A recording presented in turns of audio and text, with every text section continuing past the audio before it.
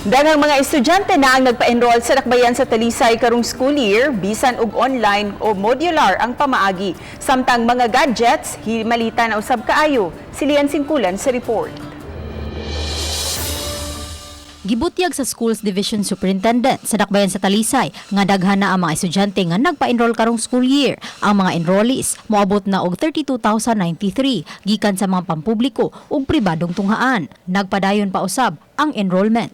Nagpatabang min sa mga barangay officials unya sila mohatag sa mga enrollment form unya ato pod hatag balik dito sa kaning barangay hall nya through pod sa ato mga BHW.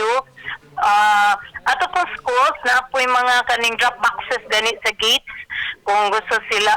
Gani hasta ang mga magtutudlo, sunod-sunod ang pagbansay-bansay aron makapangandam ilabi na sa mga self-learning kit. Gibutyag ni luminaryas nga online o bakaha modular ang pamaagi sa pagtudlo kay anaa pa kita karon sa panahon sa pandemya. Depende o kung sina available sa mga bata sa balay. If na sila laptop, mag-online ta. But then, kung napot sila wifi, but then, kung wala wifi silang balay, pwede rin ta mag-digital, recorded nga mga discussions.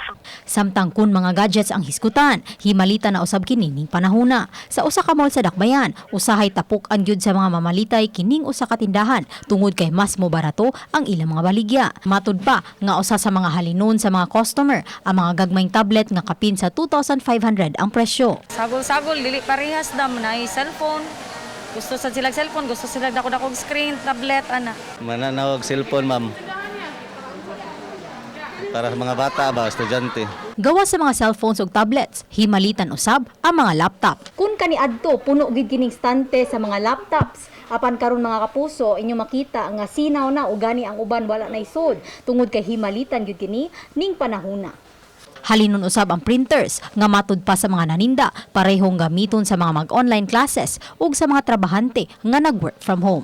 Uban ni Renate Quiñones, Lian Singkulan, Balitang Bisdak.